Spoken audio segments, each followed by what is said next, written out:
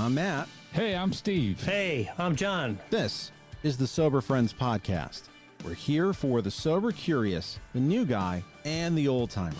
We're here to talk about the stuff anyone looking to live alcohol-free has to face day to day, and how we overcame those struggles.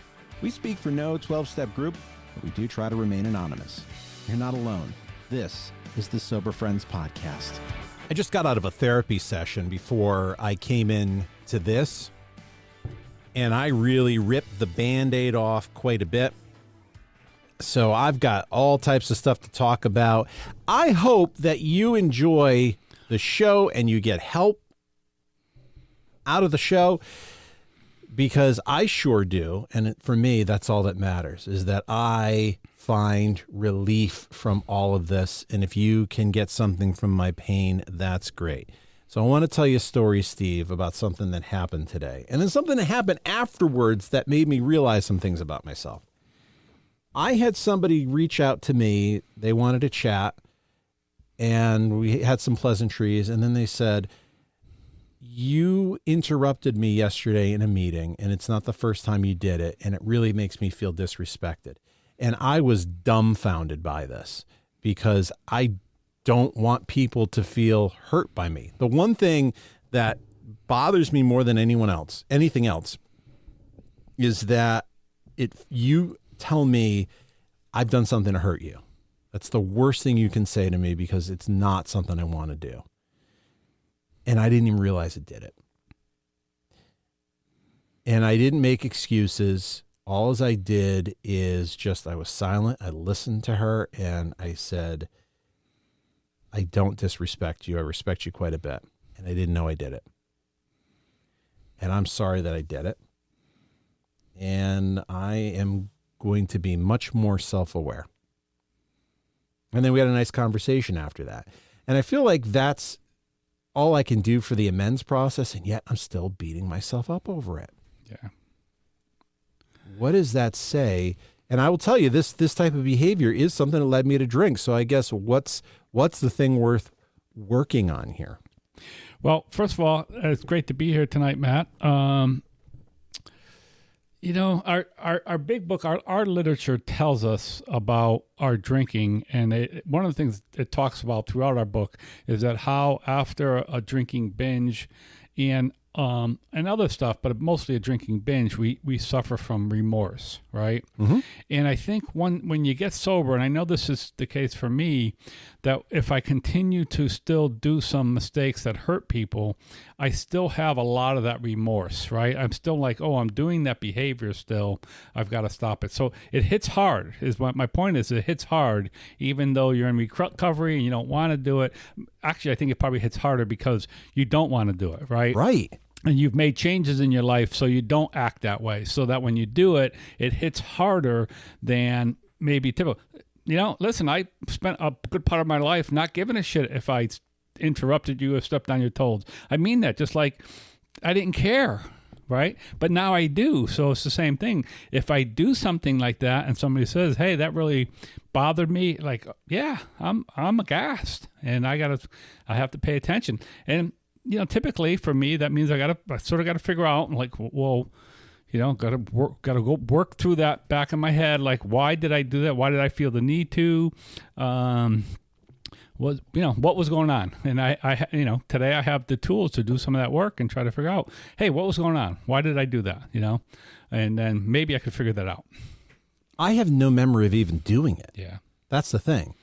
And I have a feeling I know what was going on. One, everything I do is on Microsoft Teams. There is a gap. There's a latency there. So I start talking, the other person starts talking and may not hear it. I also have ADHD, which honestly, sometimes I just don't hear other people. Right. Not out of malice. It's just I'm dialed in. I might not even hear you. And I think another part of it is I feel as though I have to be more assertive. So I'll just keep going through. And the one action I can take is I need to be more self-aware. Yeah, you do need to be self-aware. I don't know if it's more or not. That's, you know that, not me. But you do need to be self-aware of that. And this is sort of one of those things. Like I said, like, okay, it's it's sort of a notice like, that maybe you got to pay attention, maybe try to figure out why. I also think you mentioned it, right? You're doing some therapy work now. You've been doing that for a bit. So, there's probably some raw feelings going on through some of that work, some of the stuff you're digging up.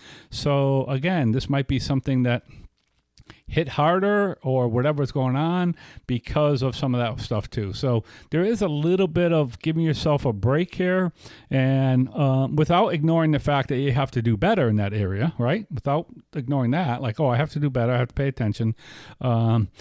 Working on some type of Zoom or Teams. I don't think I've ever worked on a Teams call. We were always Zoom or something else internal at the time.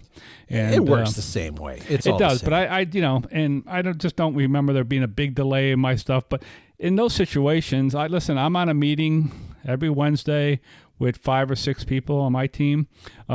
People talk over each other all the time, right?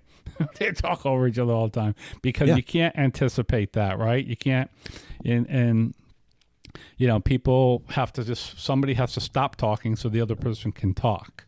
And it's just part of that is, and that's the other thing is, I don't know who the coworker is. And again, this is not picking on them, but maybe they're a bit sensitive over certain things too. I think they absolutely are. Right.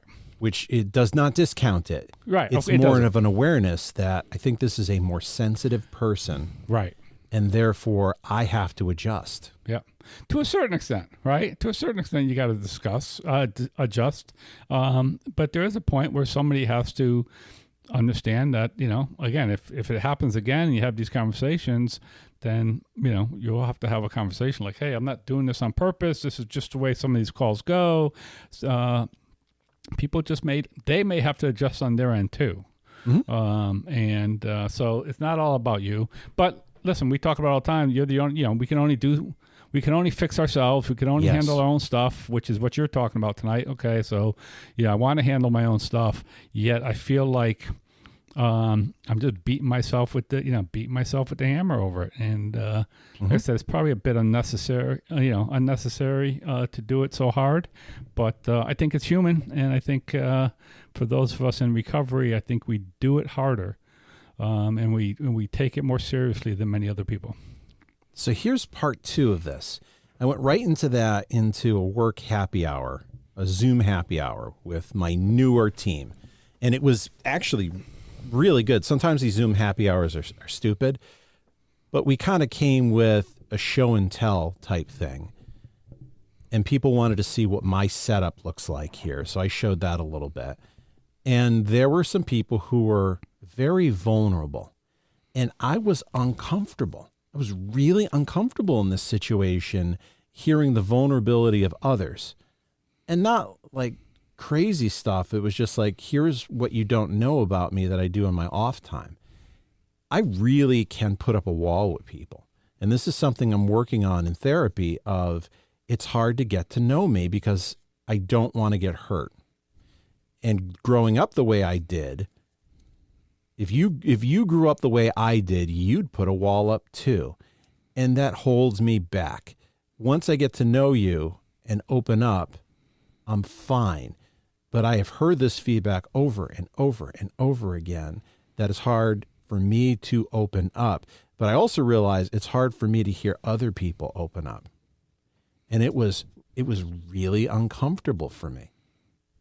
Really uncomfortable. It was uncomfortable. Why? Because you can tell they were uncomfortable doing it? It had nothing to do with that. I was hearing people portray themselves beyond the work thing. They weren't their work selves. They were their real self. Gotcha. So, you were struggling with that because that's something you don't do easily or well. I don't feel like I do it well. Right. Yeah.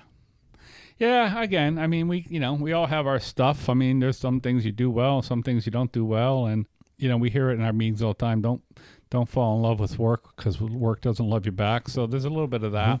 Mm-hmm. When I was first out there and working, I thought my coworkers were my friends, and I did for a long time. And then I realized as I went from one place to another, like none of those friends really followed me. Right. Once I didn't work there anymore. I mean it. I don't know if any of them. One followed me for, we became friends and we hung out for a while. for when I say a while, I mean years, and we became decent friends. But for the most part, my coworkers never became my friends, and they were coworkers and they were acquaintances who I was friendly with, And some of that for me too was, especially going on once I got into the program, a lot of the things, right, that people did after work was go to happy hours and stuff like that, and that was a common theme. Hey, we're going down to the tobacco shed is what a place local joint in Windsor. And I never went to those because it just wasn't my place, right? And so I was never part of that whole group, and so, and that's what I mean. So some things are different for certain people. So you got to figure out what works for you, and maybe it's something you want to work on. I mean, you're still a young enough guy that you're going to be doing some of this in the future. So maybe you want to figure out how you open up and you do some stuff. This is a lot of what I have for therapy, and the therapist is pushing me on it. So it's more of a sign that it's something I want to work on. I realized that, and this was something else I drank over because I had this hard shell. The only thing that made it feel natural that I could bring it down was drinking. Mm-hmm. Then my inhibitions came down. And that's one of the reasons it took me so long to stop drinking, because how was I going to be able to deal with the outside world with the inhibitions I have? So I need alcohol. Yeah. I don't know. I mean, I see it different for you in meetings, and I'm not sure if you could take that, because I don't find that in meetings that I see you in, you are sort of shelled up. I feel like you talk about your stuff. I think you talk about it openly. For the most part, you'll talk about topic stuff, but you'll also share your stuff. And so I find it interesting that, there's certain aspects, certain areas of your life where you probably don't feel that way. And there's other, areas where you do. And certainly work is one of those tough ones. It's like, it is one of those tough ones. You got to figure out, like, how much do I share? How much do I put out there? Mm-hmm. It's definitely, better to err on the side of caution and put less out than too much out, right? I mean, there's no question about that. So I wouldn't go too hard on yourself. I would go, listen, I'll work on it. I'll try to figure out some different strategies to how I open myself up. But you want to take it slow, I think, just because, like I said, in that work environment, a bad mistake, putting something out there that's a little bit too much, you'll be beating yourself up again, right? That's what you would do in that situation. Let me give you the flip side. Sure. I recorded a conversation I had with a panel. We're setting up a learning session around coaching and knowledge and development, and I brought together a bunch of leaders, most of them bigger titles than me, some pretty big titles. And I know these people, I have relationships, and these are people I admire as leaders in development of people. And that's what I was trying to do. So I was very nervous about having this half-hour conversation, and I had to tape it, and I had to be the interviewer, and I was nervous. And as soon as I got it going, I realized this was a home run.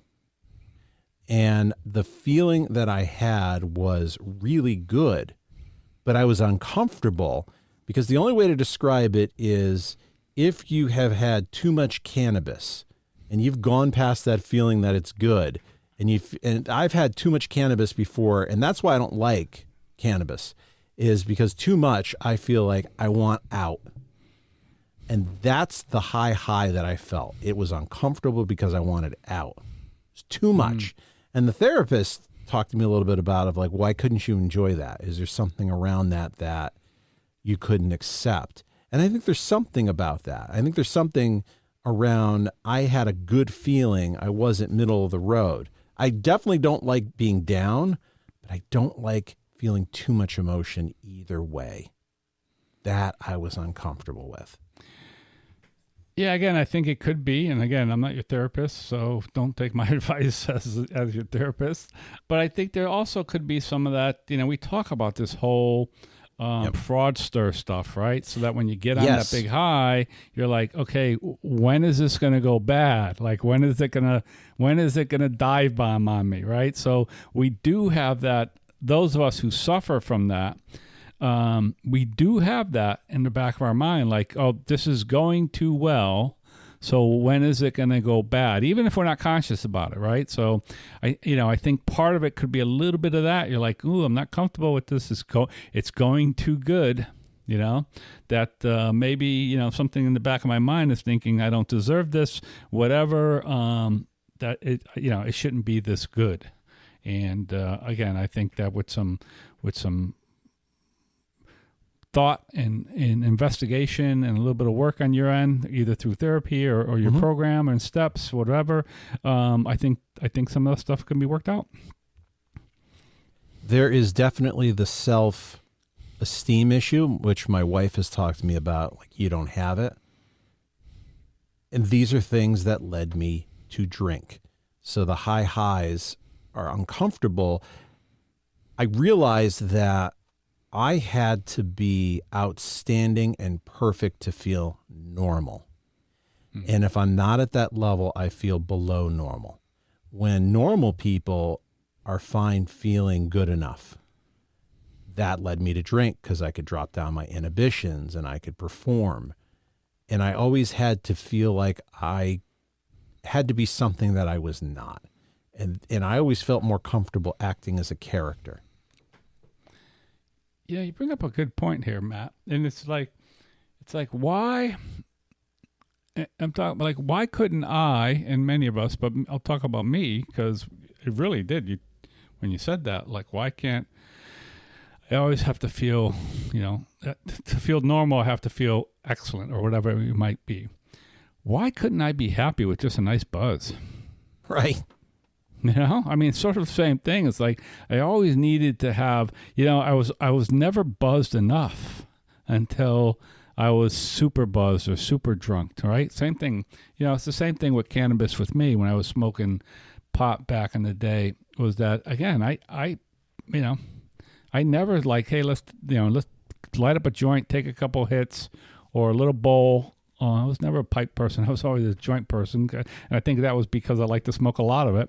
And have a little buzz and then go on our day, right? That was just wasn't the way I worked. It was like, no, let's smoke a joint and get totally wasted, regardless of the time of day, so that I can't do anything, And it's interesting, like, it's the same thing. Like, why did I need to go that far, right? I don't know if those things are tied.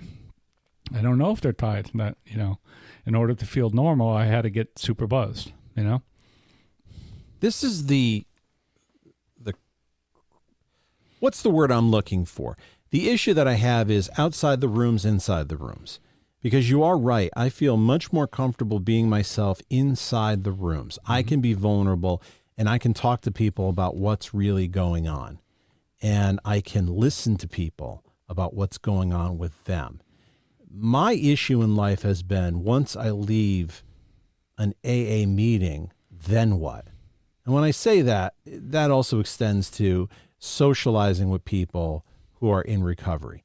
That's a different situation. The rules of engagement with people in recovery are so much more different than normal people because we are oversharers. Yeah. By what would be considered, whoa, you're oversharing there, buddy. That's just the norm with us. Yeah. That's what we have to do to stay sober. And it's outside of that I feel lost sometimes. Yeah, it is interesting because not only are we oversharers, again, that's not all of us, but that's a lot of us, and we are encouraged to be oversharers in the room. I tell people that all the time. I encourage people to put their, as I'll say in a meeting, just put your stuff out, and regardless of what the subject is, if you have something to talk about it, talk about it. The other thing is that it's just such a loving and forgiving and accepting place to do that stuff, right? The people within that room, I say it all the time, these people know me probably better than anyone in my life. I mean that honestly. Like, and I'm not talking about, obviously I'm not talking, they don't know how I take my coffee and what toothpaste I like. But man, they know how my brain works. They know how my brain works in these type of situations that we're talking about, right? This type of thing of when I'm stressed out or what kind of things don't work for me. They know that kind of stuff about me. Because I talk about it all the time. Like, here's what I'm struggling with, right? Here's the challenges going on in my life, right? I've talked about them before. Here's the challenges I have. And I put it out in the room, or if it's a little bit too sensitive, I've learned to sort of cut back on some of my stuff. I used to be a really big oversharer. Now I've cut back on a bunch of it.